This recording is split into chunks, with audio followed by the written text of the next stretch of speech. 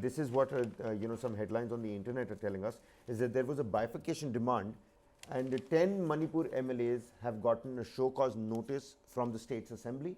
The legislators, including 7 of the BJP, belong to the Kuki community. So you've got legislators, 7 of these 10 MLAs belong to the BJP and are of the Kuki community.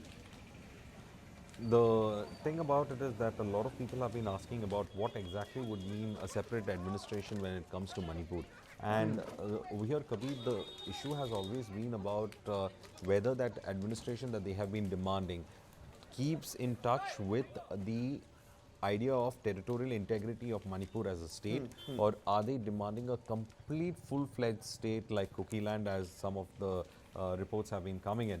But for this notice, show cause notice, was sent by the 60-member Assembly's PEC, which is the Privileges Committee. They have Privilege and Ethics Committee. So they have in fact sent this, and they are also probably trying to in fact ask as to, are you also in demand of this kind of situation, and whether they would continue with this demand as well. So this is, interestingly enough, this is what they are looking at. And the Hindu has also written about that particular issue, about the show cause notice that has been given to these MLAs. And it is a very, it says that bifurcation demand is what the Hindu has put it as. Bifurcation demand, 10 Manipur MLAs get show cause notice. The 10 MLAs had raised the bifurcation demand soon after the ethnic clashes broke out in the state.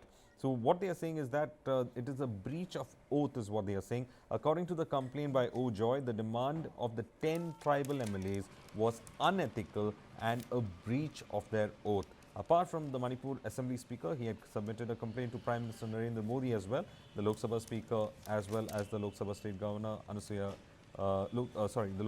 the State Governor Anusuya Uleke, and State Opposition Leader on May 24th. So it is a very crucial demand that has been put in place, and this would in fact see the kind of fault lines that we are going to see in the legislature as well. Now these 10 tribal MLAs have been given the show cause notice. We have to see what is the explanation that they would be in fact giving in. What they said is the 10 MLAs, as you rightly pointed out, 7 of them are from the BJP, had raised the bifurcation demand soon after the ethnic clashes broke out between the majority Meitei and Kuki Zomi people on May 3rd. Issuing a show cause notice to the MLAs, the committee set June 16th as the deadline for them to respond. So we have to see what is the response going to be from the MLAs on this particular issue. Of course, the show cause notice is being sent, especially at a time when things are volatile, and you'll require these leaders on the ground to also carry on with your peace work. It is a situation that we are looking at. And you know, interestingly, the 10 Kuki Zomi MLAs, these 10 that are in question right now, they represent half the assembly seats in Manipur that are reserved for the scheduled tribes. The other 10 are represented by Naga MLAs who have been camping in New Delhi, even before the entire violence and chaos ensued in Manipur on the 3rd of May. You remember some of those Manipur MLAs that were already camping in New Delhi, yes, trying to get hold of the top brass and just wanted to have a word. Yes, that is something that we had. Also, yesterday, Kuki women have staged a protest outside Shah's residence. Hindu has covered it. With ethnic clashes continuing in Manipur, hundreds of Kuki Zomi women on Wednesday held a demonstration in front of Union Home Minister Amit Shah's residence here, seeking his urgent intervention to end the violence. Now, we have seen how the Home Minister has been in the state for quite some time. He has also tried to speak with all the people all the stakeholders in this, and he has been trying to in fact ask for dialogue to come into place. But seems to be still the passions are very high on this, and it has become a major issue when it comes to trying to get them both, especially the leaders on the ground, on one table. But of course, the government is trying its best to first let the violence subdue and then get them onto the dialogue. And in a bid to subdue the violence, there are classic combing operations that are happening on ground. And every day you get to see new automatic rifles and machinery and firearms that are being recovered by the security men. But the youth and how much of arms the youth has in Manipur is still dangerous at this point in time. An Imphal Valley based civil society group has said Manipur's youth were unwilling to surrender their arms in view of intensified attacks by Kuki quote unquote terrorists. Reading a copy of the Hindu on the internet. In a memorandum to Home Minister Amit Shah on the 4th of June, the Coordinating Committee on Manipur Integrity, the COCOMI, listed a series of attacks by Kuki extremist groups on the Methi people inhabiting the Imphal Valley and the surrounding foothills. Now, COCOMI primarily represents the Methi people.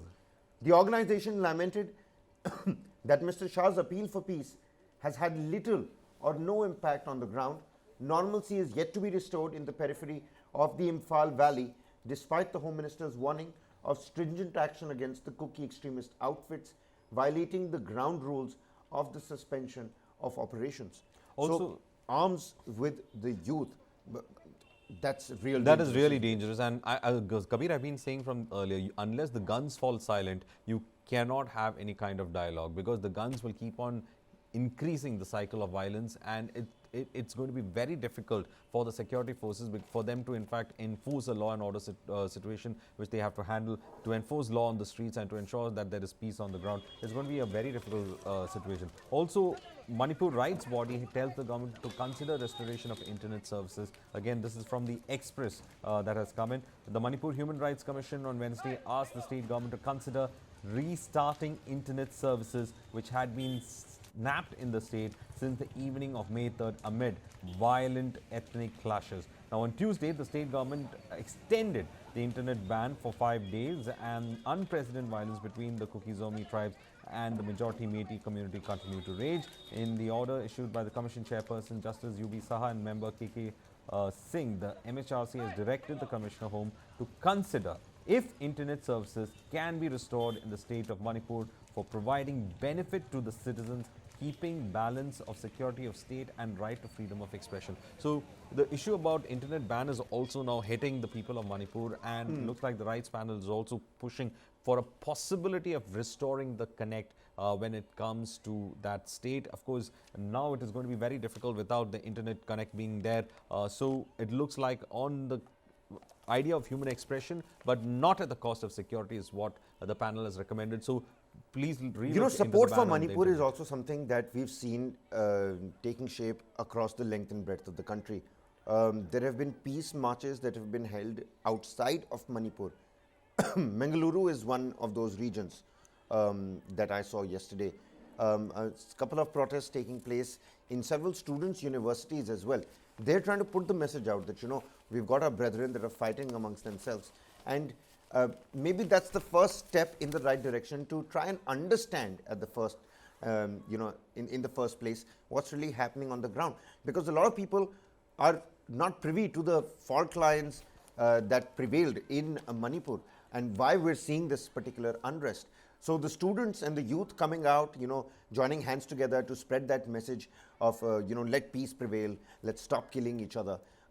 That's just something really moving, I'd say. Yes, and also yesterday there was a prayer meeting that was held in Kerala, across Kerala churches, for peace in Manipur. So, you know, a lot of states are worried with this continuing kind of violence that has been going on. We have seen, also discussed in our channel as well, as to how the situation in Manipur affects the situation in Kerala as well, because the BJP has been trying to have an outreach program there, and how some of the bishops in Kerala have gone ahead and spoken to the people in Par on the issue of Manipur and about how the situation is for the tribals. Most of them are from the Christian community. So there was a prayer meeting on that as well. So in several parts of the country, people are coming together and asking for peace to be there. But unfortunately, as of now, it is fanned by passions, it's fanned by emotions, and the government is having a tough time also, but they are also pushing in for peace and dialogue on the ground. Absolutely, and we just showcased those pictures as well when Amit Shah was in,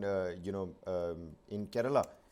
He met the Archbishop of Thrissur, who's also the president of the CBCI, you know, and the Archbishop Andrews Tarath, you know, he had put forth the concern about, you know, Christians in Manipur. he had put that across as well. So the ripples are being felt across the nation, and are we moving in the right direction when we're looking at Manipur? It's a major question.